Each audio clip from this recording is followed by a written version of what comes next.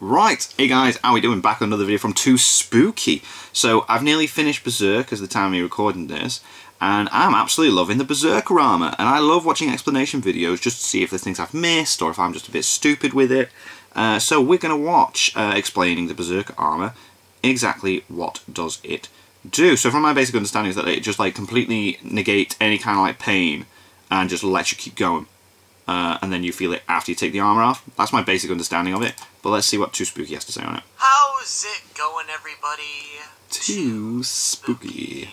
That was cool. In this video today, we are once again going to be talking about Berserk. Yay! This time around, we're going to be explaining everything you need to know about the Berserker Armour. Whoa. We'll be looking at how it works, where it came from, and any other relevant information relating to it. Before we jump in, I also just wanted to warn you that my pronunciation of different names or phrases is ear-shattering at times. No. So please wear the proper ear protection. I'm terrible with Japanese names. Without any more delay, let's jump into it. The history. Oh, I hope I don't get spoiled by anything. To start, we're going to be going over where exactly this armor came from, as we do know a little bit about its past, but not very much. Right, okay, as far as the armor's creation goes, all we know is that it was forged by dwarves. Yeah. The exact reason the dwarves did this is currently unknown. I would hypothesize that they made it for somebody else due to the size of the armor, because I kinda doubt dwarves that it would don't be fit in it. Dwarf to die Yeah. on the size. Anyways, regardless of what the dwarves actually made it for, the dwarves also imbue the armor with a menacing odd, or OD, that is used specifically to prey upon the user's anger and suppress their fear like, for the purpose of absolute carnage. Yeah, man. Which we will touch upon Oh my god, in a little bit. so sick. Following this, the only other history about this armor that we're aware of is the fact that it was once worn by the Skull Knight himself. Yeah. We don't know if the armor was created specifically Before for him, right. or if he was even the first person to actually wear it, but at the very least, we do I've... know he was the last one to wear it before Guts. Right. Considering the Skull Knight is 1,000 years old, this also likely means that the Berserker armor was likely created around 1,000 years ago as well, but it could be even older for all we know.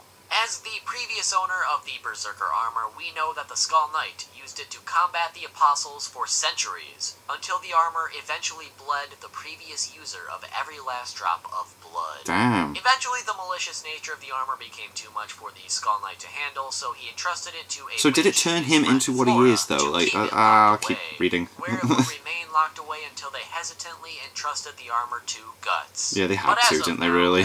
They had to. All we know about the armor's history. So now let's move on to what exactly this armor does.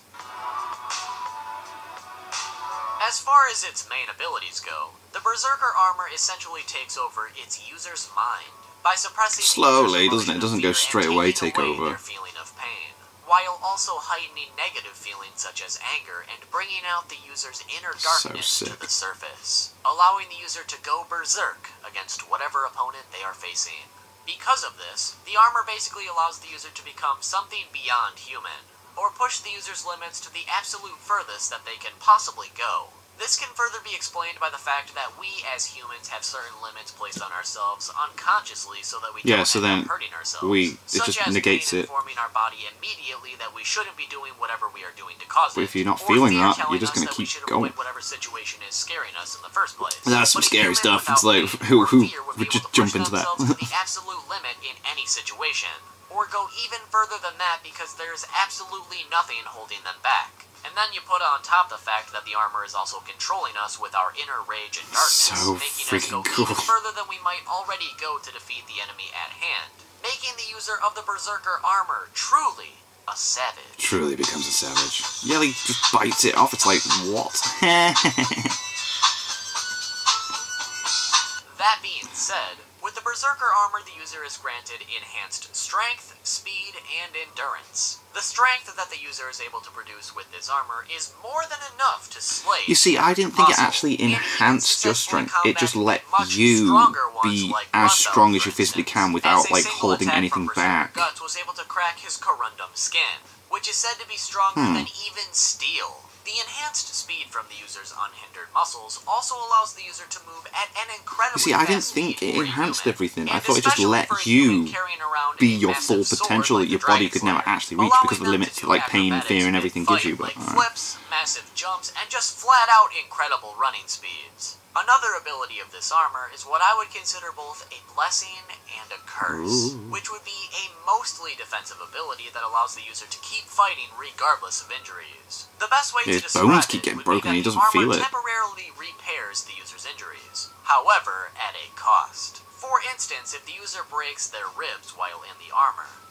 will pierce small metal spikes into the user's flesh to hold those broken bones in place, allowing the user to keep fighting. Just keep going, yeah. Now that broken bone is not affecting them. However, due to the fact that these spikes pierce into the user's body, they also lead to extreme blood loss the more injuries the user suffers It's just from. mental, So absolutely while the armor mental. allows you to keep fighting even with broken arms or legs or whatever else, you'll still be bleeding out the whole time. And when you take that armor off, time is limited. Which, because the Skull Knight fought until he lost every drop of blood in the past, it's likely that he fought his absolute hardest and sustained numerous injuries in that fight. The injuries that are sustained during a fight are also not healed by the armor after the fact, so while broken bones may be temporarily held in place by the armor in the heat of battle, after the battle these wounds will need to heal naturally. So during these fights you're able to take a massive amount of damage, yet still fight as if you were never injured in the first place. But Although, then after that, you finally won the battle, yeah. you're going to be in a massive amount of pain until your wounds eventually heal,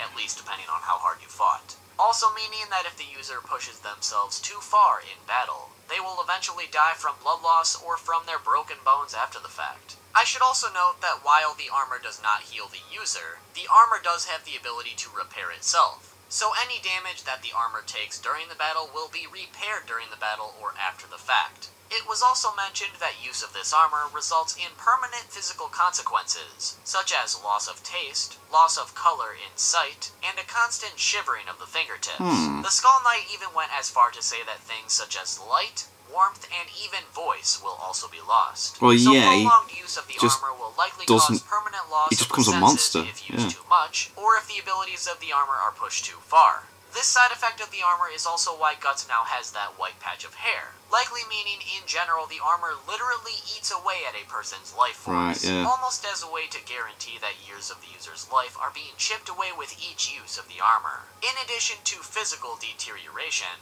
use of this armor also affects the user mentally. Well, yeah, it's by providing talking to him and trying to edge him on, isn't it? It's like, come on. Which in turn will lead the user to mental instability through uncontrollable rage, to the point where the individual inside the armor will no longer be considered human.